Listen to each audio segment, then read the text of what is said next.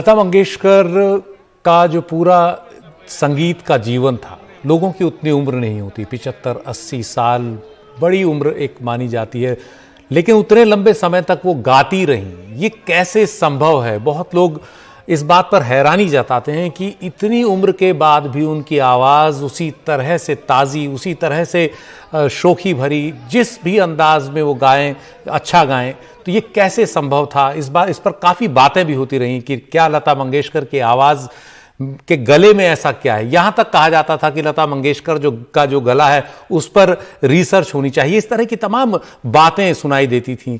क्या कहेंगे आप? इतना लंबा कोई अपना संगीत का सफर इतना अच्छा, इतना ताजा कैसे खींच सकता है? मेरा नहीं ख्याल है दुनिया में कहीं ऐसा हुआ है और इतने वर्षों तक इतना अच्छा गाना।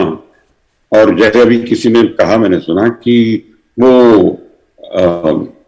जब बाद के गानों में ऐसे लगता था कि ये कोई 70-75 ईयर ओल्ड 80 ईयर ओल्ड की आवाज लगी नहीं रही। वो तो 20 ईयर ओल्ड 30 ईयर ओल्ड जो भी उम्र की लड़की सामने स्क्रीन पे थी उसी की आवाज लगती थी। बहुत ही कमाल करती थी।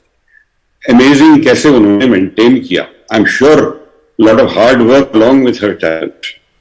जरूर कुछ ऐसा किया उन्होंने कि रियाज किया, जो भी किया बहुत अच्छी तरह से किया ताकि वो ये मेंटेन कर सके। आई एम श्योर बहुत मुश्किल होगा। कोई दुनिया में हिंदुस्तानी नहीं होगा जो आज उन्हें याद नहीं कर रहा होगा और याद करता रहेगा उनके गानों के थ्रू और उनकी फिल्मों में जहां उनके गाने बजते हैं और देखे जाते हैं। मेरा ख्याल है शी इज अनफॉरगेटेबल जी। और जिस दौर को उन्होंने अपने संगीत से सजाया, वो दौर एक लंबा दौर था। हमने उसमें नूरजहां से लेकर के और आज के जो गायिकाएं हैं उन सबको देखा। सब के लिए वो एक चुनौती की तरह हमेशा खड़ी रही। उनकी आवाज़, उनका अंदाज और उनका जो पूरा जो जादू था वो हर किसी के लिए एक तिलिस्म जैसा था। तो कैसे संभव है? और जो उस दौर की तमाम गायिकाएं रही होंगी, पार्श्व गायिका रही होंगी, उनके साथ किस तरह से उनके संबंध थे, किस तरह से उन्होंने उभरती हुई गायिकाओं को संवारा भी होगा, इस बारे में आपने काफी करीब से देखा होगा। आपके बारे में आपके कुछ विचार?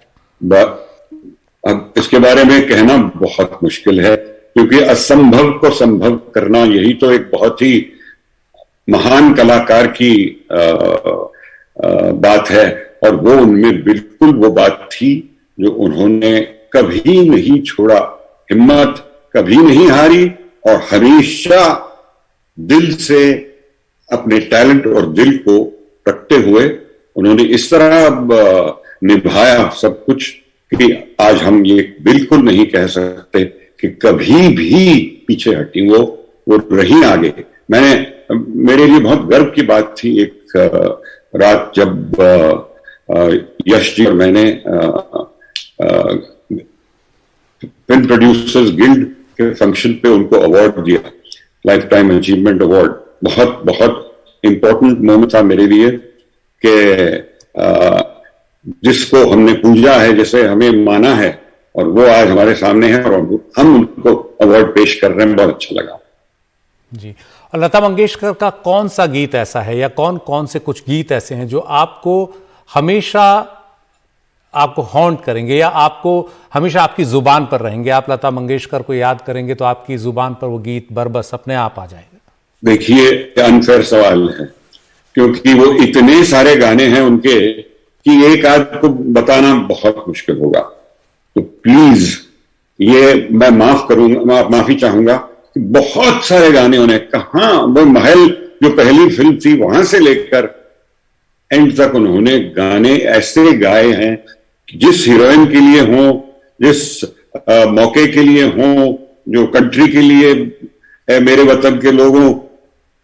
Impossible to believe that a woman could have achieved so much in her life and continued इस तरह right to the end. बहुत बहुत शुक्रिया रमेश सिप्पी जी। रमेश सिप्पी बड़े फिल्मकार याद कर रहे थे लता मंगेशकर को उनके इस अंतिम सफ़र पर, अंतिम श्रद्धांजलि के तौर पर, और उनका वही कहना है कि इस तरह का सितारा देखने में नहीं मिलता जो जिसके लिए क्या कहा जाए, इतना लंबा सफ़र 70-80 साल का संगीत का सफ़र, जितनी लोगों की उम्र नहीं होती, उन्होंने किस तरह से इसको बनाए रखा, लोगों के दिलों में अपनी जगह बनाई और अमर हो गई। आज अंतिम संस्कार उनका इस वक्त अब चल रहा है मुंबई के शिवाजी मैदान में, जहां तमाम गणमान्य लोग मौजूद हैं।